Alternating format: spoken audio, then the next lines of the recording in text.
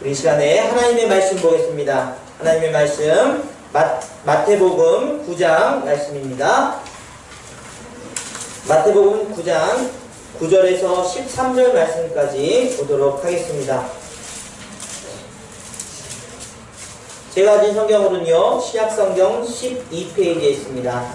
마태복음 9장 9절에서 13절 말씀까지 우리 교독해서 보도록 하겠습니다. 제가 먼저 읽겠습니다. 예수께서 그곳을 떠나 지나가시다가 마태라는 사람이 세간에 앉아있는 것을 보시고 이르시되 나를 따르라 하시니 일어나 따르니라. 예수께서 마태의 집에서 하나 음식을 잡수실 때 많은 세리와 죄인들이 와서 예수와 그의 제자들과 함께 앉았더니 바리새인들이 보고 그의 제자들에게 이르되 어찌하여 너희 선생은 세리와 죄인들과 함께 잡수시느냐. 예수께서 이르시고 오시되 평범한 자에게는 인사가 시작되고 병든 자에게 갔을 때니라. 같이 있습니다. 너희는 가서 내가 긍휼을 원하고 제사를 원하지 아니하노라 하신 뜻이 무엇인지 배우라. 나는 의인을 부르러 온 것이 아니요 죄인을 부르러 왔노라 하시니라. 아멘. 할렐루야. 귀한 시간 예배를 통해서 하나님의 은혜가 넘치기를 간절히 원합니다. 예수님께서 제자들을 부르신 사건, 가히 충격적이라 할 수 있는데요. 그 이유는 예수님이라고 한다면 그 제자들을 부르실 때에 학식 있고 또 많은 사람들에게 인정받는 사람들, 그런 사람들을 부르셔야 하나님이 보내신 메시아로서 위신이 서고 또 그 하나님의 뜻을 가르치고 배우는 일에 충분히 배울 수 있는 사람들이어야 했습니다. 그런데 예수님이 부르신 사람들은 어부들이었고 또 별로 유명하지 않은 사람들, 오히려 좀 사람들에게 무시받는, 멸시받는 사람들이었고 오늘 본문에서 나온 것처럼 세리였다는 사실입니다. 이 사실만으로도 예수님께서 정말 낮은 자리로 오셔서 그렇게 사람들을 부르시고 또 그렇게 사람들을 하나님 나라로 이끄시는구나 라는 것까지는 이해가 될 수 있는데요. 오늘 본문에서 나온 이 세리를 부르신, 세리 마태를 제자로 삼으신 사건은 기존의 어부들이나 어떤 특별히 이름 없는 사람들보다도 더 큰 충격으로 다가올 수밖에 없다는 사실입니다. 그 이유는 무엇일까요? 바로 바리새인들과 서기관들이 그 세리들을 죄인이라고 그렇게 정죄하고 있기 때문입니다. 여러분, 여기에는 그냥 미워서 그냥 그 사람들을 죄인이라고 부르는 것이 아니고요. 충분한 이유가 있다는 사실이죠. 세리들은 어떤 사람들입니까? 세리들은 세금을 걷어들이는 사람들이에요. 그런데 이 세금을 걷어들이는 사람들이 그냥 지금처럼 어떤 조세제도에 의해서 온라인상으로 다 명확하게 그것이 밝혀져서 걷어들이는 것이 아니라 요만큼을 걷어들여야 될 때 조금 더 자기의 이익을 위해서 취하는 사람들이 있었다는 사실입니다. 우리가 잘 알고 있는 것처럼 이제 예수님이 삭개오의 집에 머물게 되었을 때 삭개오가 큰 은혜를 받고 뭐라고 얘기하죠? 내가 혹시 토색한 일이 있으면 4배나 갚겠습니다. 이 말은 자기가 세금에 걷어들이는 것보다 더 걷어들이는 일이 있다면 그것에 4배나 더 갚겠습니다 라는 얘기로 예수님께 고백하고 있는 사실이에요. 그래서 아마 이 세리들이 세금을 걷어들일 때마다 이거 분명히 이거보다는 더 적을 텐데 많은 사람들은 그 세금에 내는 것에 대해서 불평을 가지고 원망을 가지고 있었을 것입니다.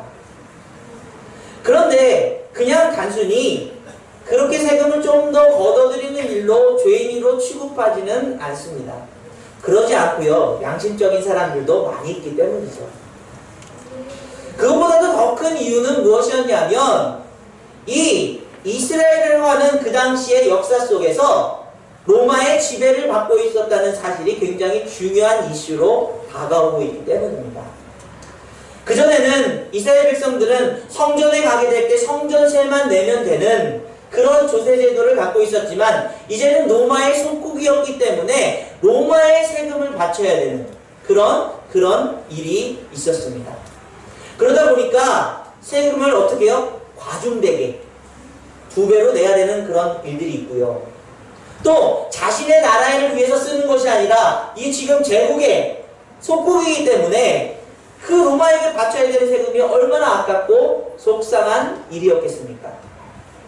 마치 우리가 일본의 지배를 받을 때 일본 어떤 군인들에 의해서 우리의 것들을 빼앗긴 것처럼요, 너무나도 울분이 나는 일들이죠. 그런 일들을 이스라엘 사람들 중에서 이 세리들이 그 역할을 했기 때문에 얼마나 매국노 같고 미운 사람이라는 사실이죠. 여러분, 그런 분위기가 오늘 본문에서 나오는데요. 10절과 11절 말씀을 다시 우리 한번 읽어보겠습니다. 시작. 예수께서 마태의 집에 앉아 음식을 잡수실 때 많은 세리와 죄인들이 와서 예수와 그의 제자들과 함께 앉았더니 바리새인들이 보고 그의 제자들에게 이르되 어찌하여 너희 선생은 세리와 죄인들과 함께 잡수시느냐? 여러분, 그냥 세리들과 그런 죄인들이 있다는 사실에 대해서는 이 바리새인들이 그래 지금 상황이 어쩔 수 없는데, 그런데 하나님의 아들 또는 메시아라고 오신 분, 그렇게 많은 사람들에게 영향력을 미치시는 분이 어부들까지 이해가 갑니다. 또 어떤 연약한 사람들까지 이해가 갑니다. 그런데 죄인이라고 여기는 그렇게 못나고 악한 사람들을 왜 그들과 함께 식사를 하고 계시냐라는 반문을 하고 있는 것이죠. 여러분, 어떻게 보면 이 불편한 이 이야기가 우리의 이야기가 아닌가 모르겠습니다. 우리 어떻습니까?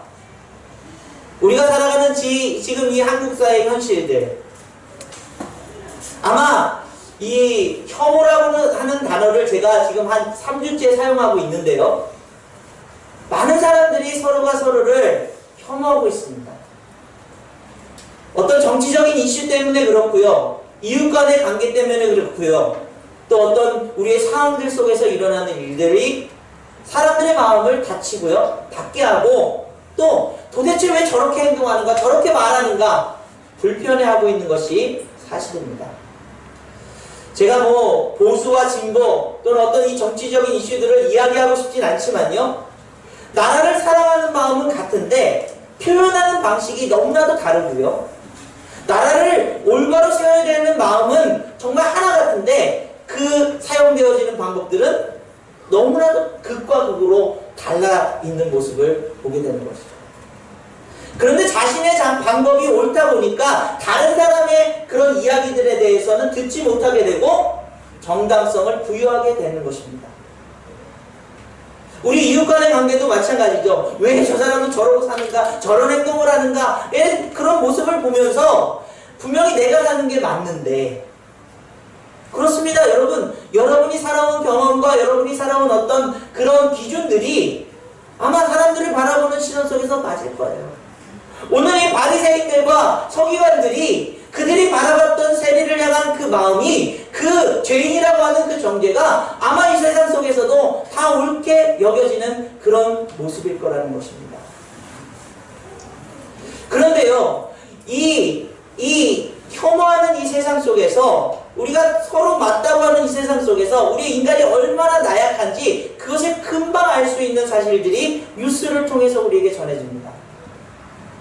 우리가 지금 어떤 이 프레임에 갇혀 있느냐, 우리가 생각하는 자유, 우리가 생각하는 평등, 이런 것들을 통해서 우리가 정말 자유와 평등 속에서 행복하게 살길 원하는 마음, 그런 같은 마음 속에 있지만 그 자유와 평등이 오인되어지고 있다는 사실을 이야기할 수밖에 없다는 것입니다. 여러분, 차별금지법이라는 얘기 들어보셨을 거예요.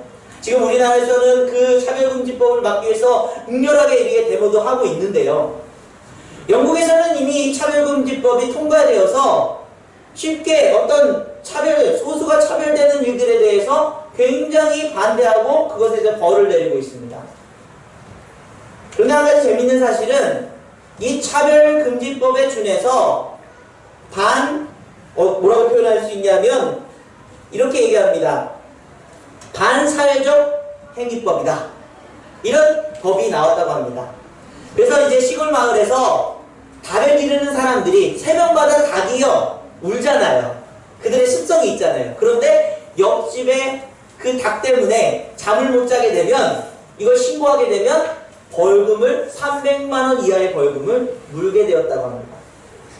그래서 이제 이 소박하게 시골 마을에서 닭도 기르고 이제 강아지도 기르고 싶은 사람들이 그럴 수 없게 되었다는 거예요. 주변 사람들에게 조금만 피해를 주면 금방 신고해서 그것이 그분들에게 이제 벌금으로 나가게 되고요. 뭐 그것을 더 심하게 하면 재판을 받아서 형량을 받을 수 있게 되는 그런 일들이 일어났다는 것입니다. 한 나이 드신 그 영국의 어떤 아주머니는 집 이 창문 안에서 약간 이게 속옷을 입고 창문에 이렇게 바라보고 있었는데 그게 신고되어져서 150만 원의 벌금을 물었다는 것입니다. 여러분, 제가 어떤 얘기를 하고 있는 것일까요? 우리가 사는 세상 속에서 우리가 자유를 원하고 평등을 원하지만 우리는 그 자유와 평등 안에서 오히려 역으로 자유를 빼앗기고 평등을 빼앗기고 있는 세상 속에서 살다는 것이죠. 크리스마스가 되면은 성자들 찬양이 막 흐르던 그런 시대가 사라져 버렸습니다. 그것이 평등을 침해한다는 이유 때문이죠. 여러분, 사람들이 만들어내는 자유와 평등 안에는 그런 모순들이 숨겨져 있고요. 그런 모순들 속에서 우리는 서로를 헐뜯을 수밖에 없는 구조 속에 우리가 갇혀져 있다는 사실이에요.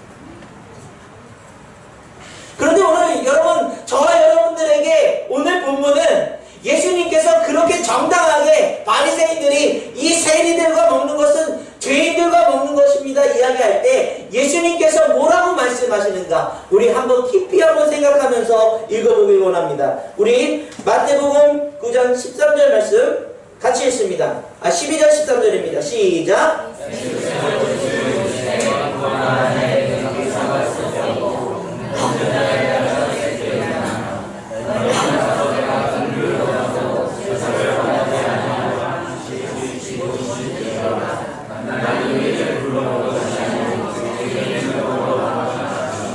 아멘. 아멘.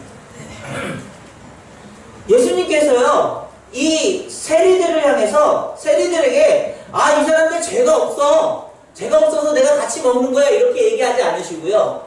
이 사람들 이미 내가 죄를 다 용서해줬어, 그러니까 먹어도 돼 이렇게 변명하신 것이 아니고요. 예수님은 죄인들을 부르러 오셨다는 것입니다.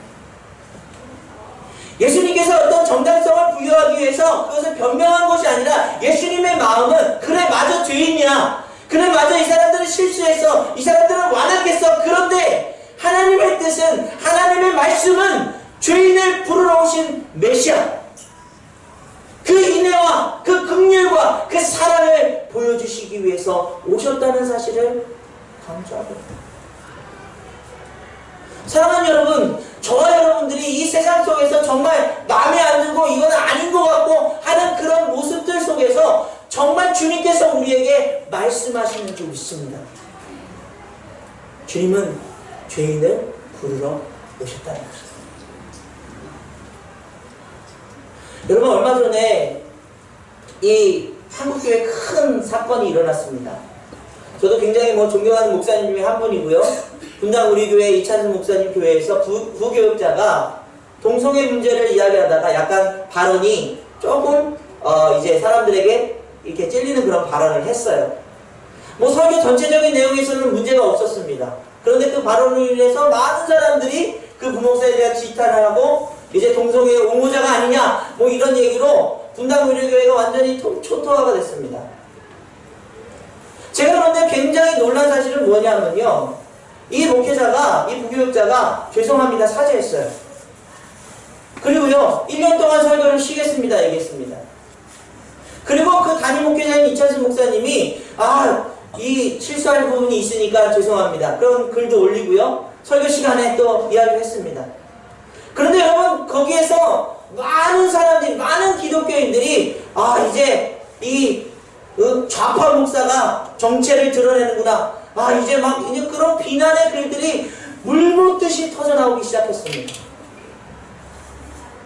여러분, 그 마음속에요, 이제 죄송합니다 그 실수했네요, 제가 연약했습니다 이렇게 고백했음에도 불구하고요, 그런 거 들리지 않고요, 그냥 무조건 이제 그 교회 정체가 드러난 거야. 이찬수 목사는 좌파 목사고 이제 완전히 모든 것이 드러나서 이제 그 상황적으로 가릴 수밖에 없어. 나는 그런 댓글들, 그런 영상들이 끊임없이 올라오고 있다는 사실이에요.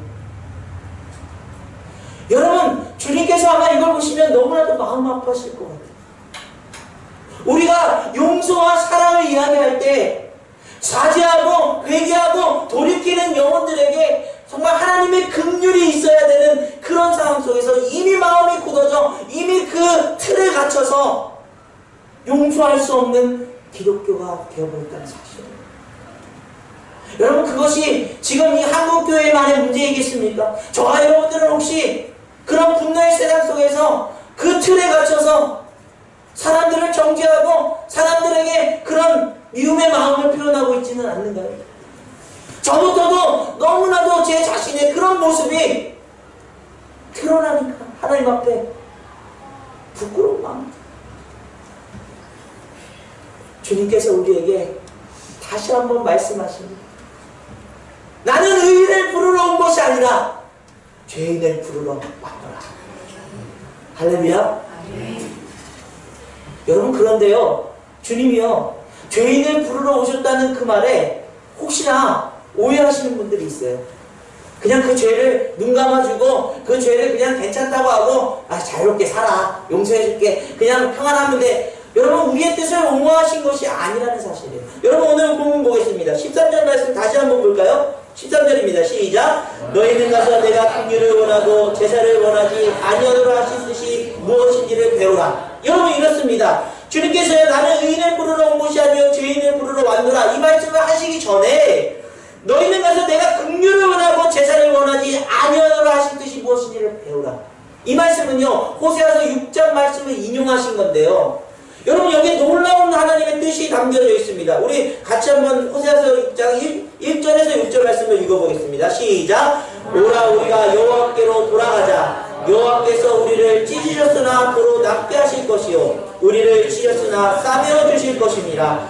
여호와께서 이틀 후에 우리를 살리시며 셋째 날에 우리를 일으키시리니 우리가 그의 앞에서 살리라. 그러므로 우리가 여호와를 알자. 힘써 여호와를 알자. 그의 나타내심은 새벽빛같이 어김없나니 비와 같이 땅을 적시는 늦은 비와 같이 우리에게 임하리라 하시니라. 에브라임아, 내가 내게 어떻게 하랴? 유대야, 내가 내게 어떻게 하랴? 너희의 인애가 아침 구름이나 쉼 없어지는 이슬 같도다. 그러므로 내가 선지자들로 그들을 치고 내 입으로 말로 그들을 죽였느니 내 심판은 빛처럼 나오느니라. 나는 인애를 원하고 제사를 원하지 아니하며 번제보다 하나님을 아는 것을 원하노라. 아멘. 아멘. 여러분, 이게 무슨 말일까요? 나는 인애를 원하고 제사를 원하지 아니하며 번제보다 하나님 아는 것을 원하노라. 여러분, 이것을 쉽게 얘기하자면요, 예수님께서는 죄인을 부르러 오실 때에 그 죄인의 그 죄를 인정해 주신다는 얘기가 아니라 그 죄인에게 인내와 사랑으로 그들을 감싸주셔서 이제 주님 앞으로 돌아올 수 있도록 그들의 마음에 힘을 주고 그들의 발에 용기를 주어서 주님 앞으로 나아보도록 인도하시는 분이 바로 하나님의 뜻이라는 사실입니다. 여러분, 믿으십니까? 여러분, 지금 이 한국 사회에 일어나고 있는 이 극과 극으로 달리는 사회에서 우리 그리스도인들이 살아가야 될 어떤 마음으로 살아가야 되겠습니까? 거기에 치우쳐서 여기에 흔들리고 저기에 흔들리며 우리의 마음조차도 이제 용서를 구했음에도 불구하고 완전히 마음이 닫혀버리는 그런 그리스도인들이 되지 않기를 간절히 원합니다. 주님께서 죄인을 부르러 오셨다고 말씀하실 때는 그 죄인들을 사랑하시고 길이 참으사 그들이 다시 여호와 앞으로 돌아올 수 있도록 주님 앞에 회개하며 주님의 자녀로 다시 일어설 수 있도록 하시기 위한 하나님의 긍휼하신 마음입니다. 그 마음이 저와 여러분에게 있다면 우리는 이제 그런 혐오의 단어보다는 그런 마음이 들 때마다 참 여호와께서 죄인을 부르러 오셨지. 여러분, 사실은 제가 한 몇 주 사이에 큰 이슈들이 있었던 것 중에 하나가 저희 집 밑에 박수무당을 하시는 분이 있었어요. 여러분 저희 집 올라오시다 보면 이 철골 구조물이 막 옆에 세워져 있는 거 보셨을 거예요. 악의적으로 그 길을 사용하지 못하도록 턱을 세우고 자꾸 막 사람들 지나가는데 저거하고, 제가 검증은 안 됐지만은 아마 못도 좀 뿌려놨던 것 같아요. 처음에 제 마음속에서요, 저 박수무당이 그냥 분노하는 마음들이 막 가득 차고요, 어떻게든 나도 그냥 민원을 넣고 그냥 처리해야겠다, 막 그런 마음을 가지고 있었어요. 그런데 여러분, 이 말씀 묵상하면서 예수님의 마음이 떠오르요. 나는 의인을 구하러 온 것이 아니라 죄인을 구하러 온 거다. 그러면서 여러분 제 마음속에 지나가면서, 하나님, 이 죄인을 용서해 주시오. 이 죄인이 혹시 그런 영적인 그런 거에 굴레에 결박되어 있다면 풀어주옵소서. 지나갈 때마다 기도합니다. 그리고 제가 한 가지 바뀐 사실은요, 그분 때문에 동네에서 굉장히 천천히 운전하기 시작했어요. 그분이 막 빨리 달린다고 애들이 위험하다고 그러면서 막 컵을 막 세워놨는데요, 여러분 그분의 말이 맞는 말이잖아요. 위험하면 안 되잖아요. 제가 너무 빨리 달리면 없었나? 그러면서 천천히 달리시기 시작했어요. 그랬더니 저희 아들이 아빠가 변한 것 같아, 운전이. 사랑하는 여러분, 우리가 정말 주님의 자녀로 산다는 것은요, 예수님을 닮아가는 것입니다. 우리가 진짜로 주님의 뜻을 따르겠다고 한다면요, 이 극과 극을 달리는 이 혐오의 시대 속에서 하나님은 죄인을 부르고 싶다는 그 사실, 여러분의 마음속에 깊이 새겨지기를 간절히 원합니다. 여러분 오늘 본문을, 오늘 우리 호세아서를 이 말씀을 가지고요 찬양을 만들었는데, 같이 부르기에는 너무나도 조금 설교가 끝난 거 아닙니다. 자리에 앉으시고요, 우리 찬양을 한번 같이 듣도록 하겠습니다.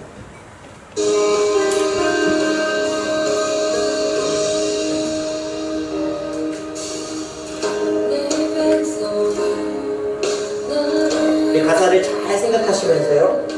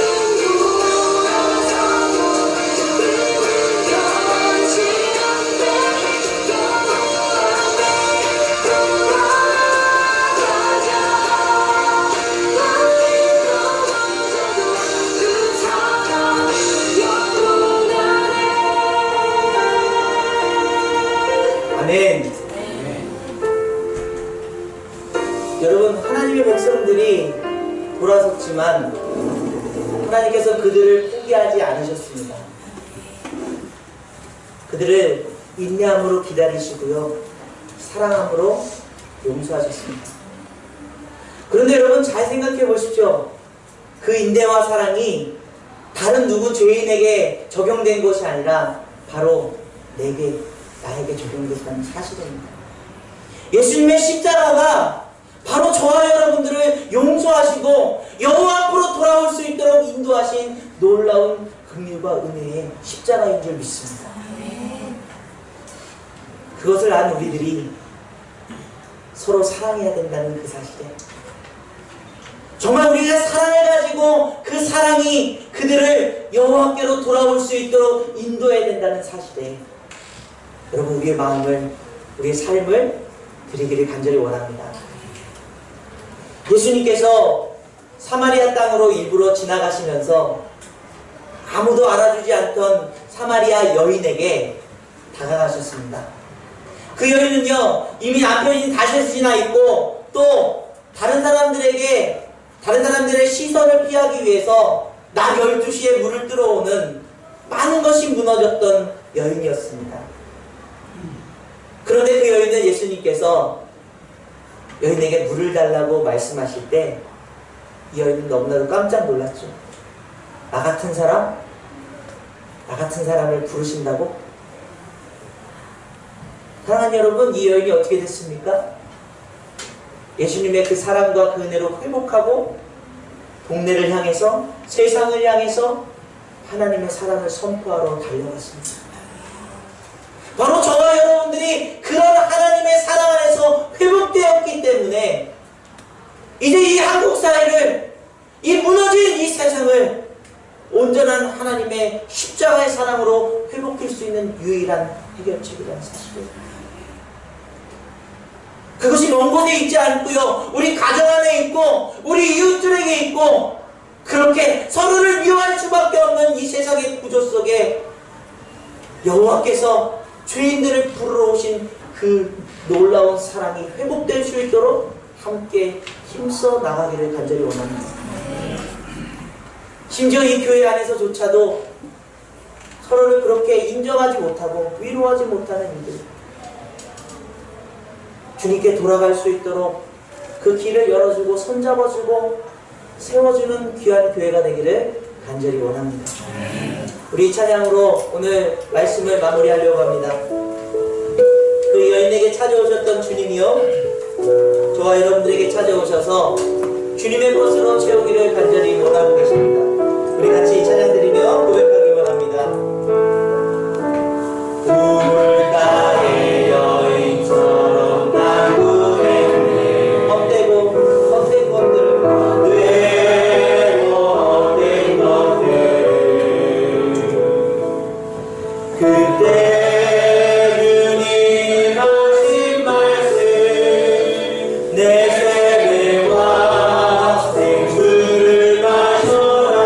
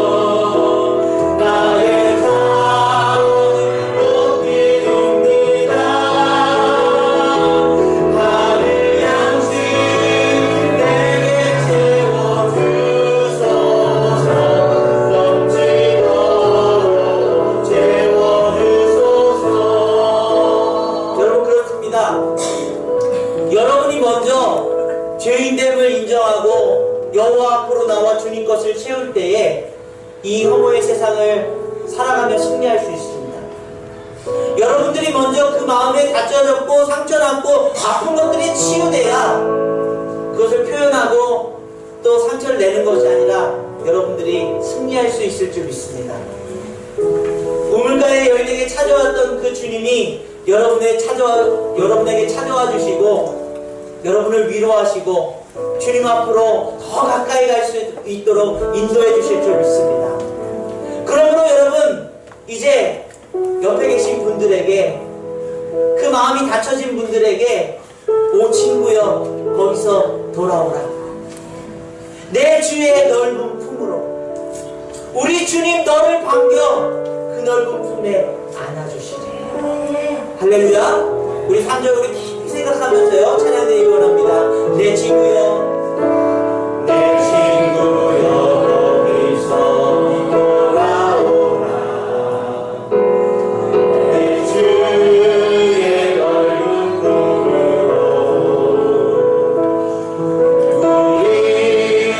우리 주님 너를 반겨 그 넓은 품에 안아주시리.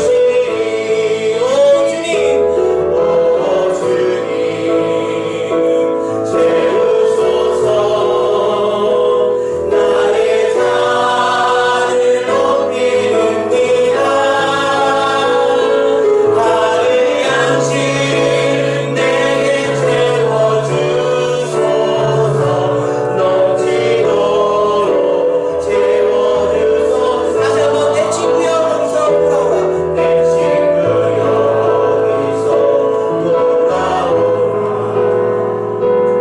내 주의 넓은 품으로 우리 주님 너를 반겨, 우리 주님 너를 반겨 그 넓은 품에 안아주시리. 오 주님, 오 주님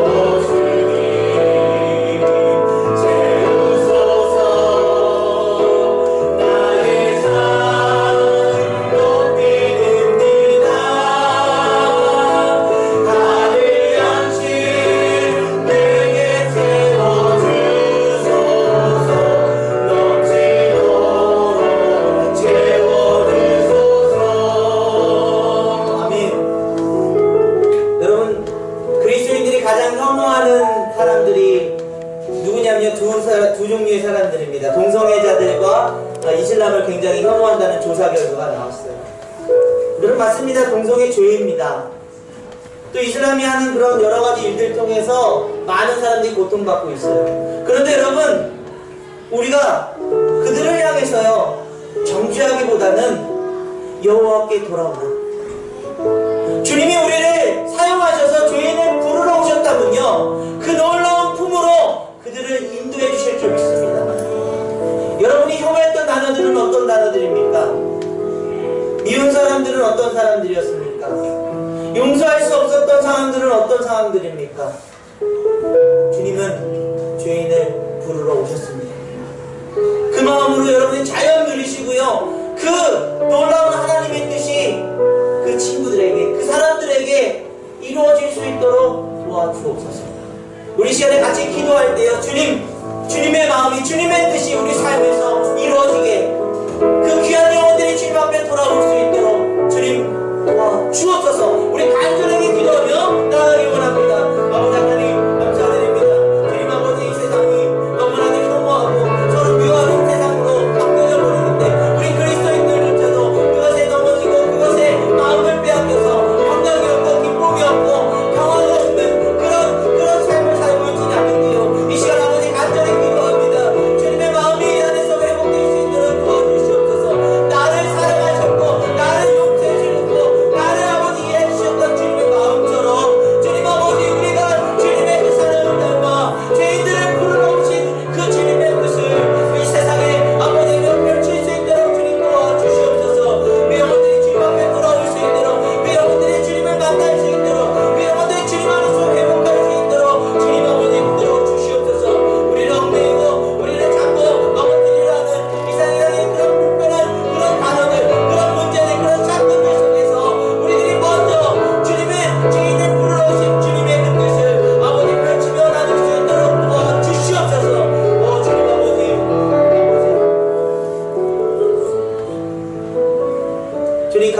기도드립니다.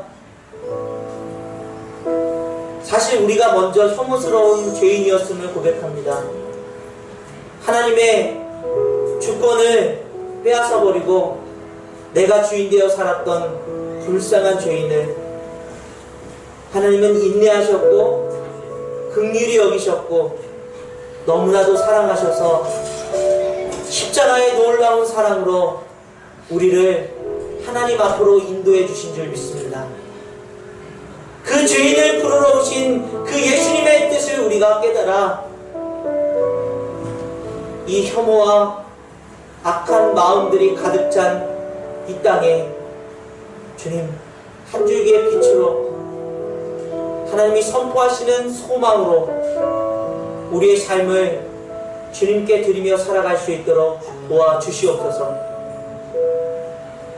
우리의 마음속에서는 주님이 주신 평강이, 기쁨이, 감사가 넘쳐나서 완악하고 무지하고 또 그렇게 연약한 인생들을 향해서 정죄하기보다는 주님의 사랑으로 돌아올 수 있도록 함께 그렇게 손잡아 줄 수 있는, 또 함께 그렇게 위로할 수 있는, 또 그들이 바른 길로 갈 수 있도록 바른 말을 해줄 수 있는 그런 용기와 소망을 허락해 주옵소서. 주님, 우리 삶의 구석구석에 하나님의 뜻이, 그 사랑이, 그 인자하심이, 그 놀라운 은혜가 넘치게 하여 주옵소서. 이 아파하는 땅에 주님의 긍휼이 우리의 삶을 통해서 펼쳐질 수 있도록 축복해 주시옵소서. 감사드리며 예수 그리스도의 이름으로 간절히 기도드립니다. 아멘.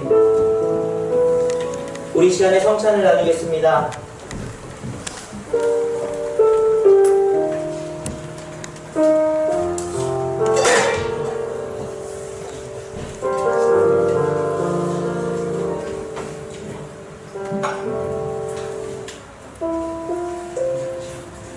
세례를 받으신 분들은 성찬을 받으실 수 있습니다. 성찬은요, 갖고 계시다가 같이 기도하고 떡을 먹고 잔을 들도록 하겠습니다. 고린도전서 11장 23절에서 29절입니다.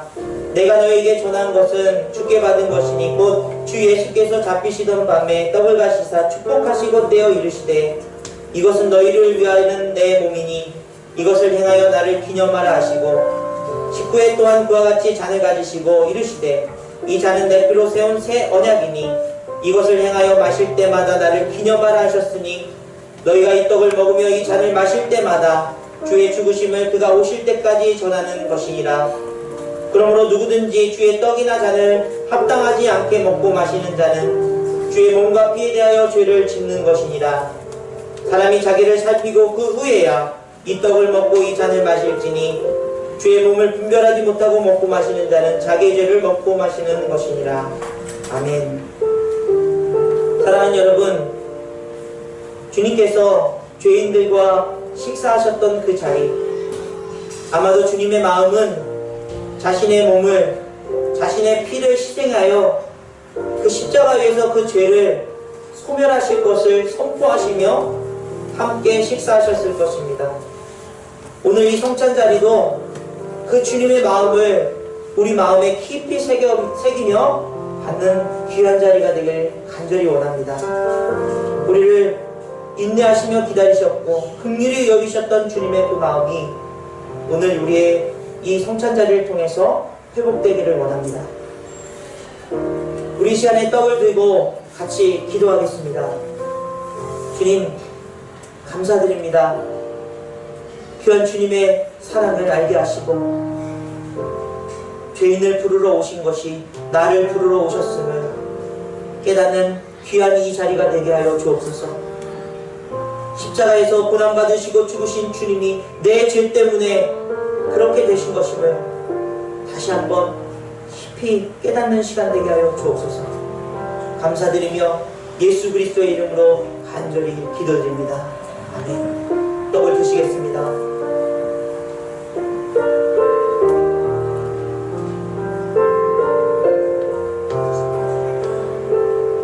이 시간 우리 잔을 들고 기도하겠습니다.